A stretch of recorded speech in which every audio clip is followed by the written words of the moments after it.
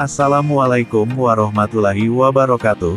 Halo subscriberku semua, bagaimana kabarnya?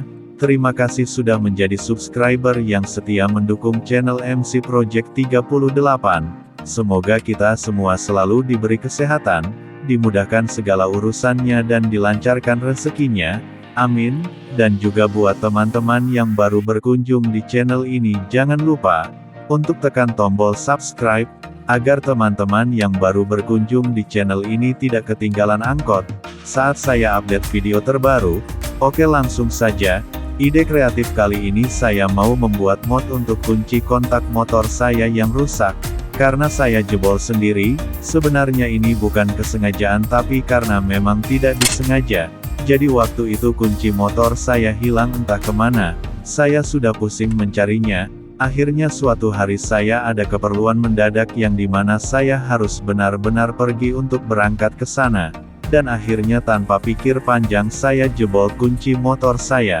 Dan akhirnya saya bisa berangkat. Tapi setelah beberapa minggu kemudian saya merasa kaduhung. Saya jadi khawatir karena setiap harinya di tempat kerja, motor saya simpan di luar, mau ganti kunci motor yang baru.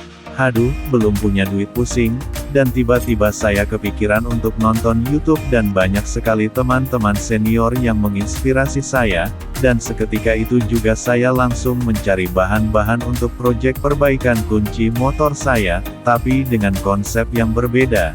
Dan untuk proyek kedepannya juga, saya akan mengupgrade kunci motor saya ini, menggunakan tombol kode PIN, atau sandi, yang seperti di mesin ATM, yang kalau kita mau ngambil duit, harus pencet-pencet tombol dulu. Tentunya masih menggunakan barang-barang bekas juga, tanpa elektronik, Arduino dan lain-lain. Oke, tonton videonya sampai habis, biar tidak gagal paham.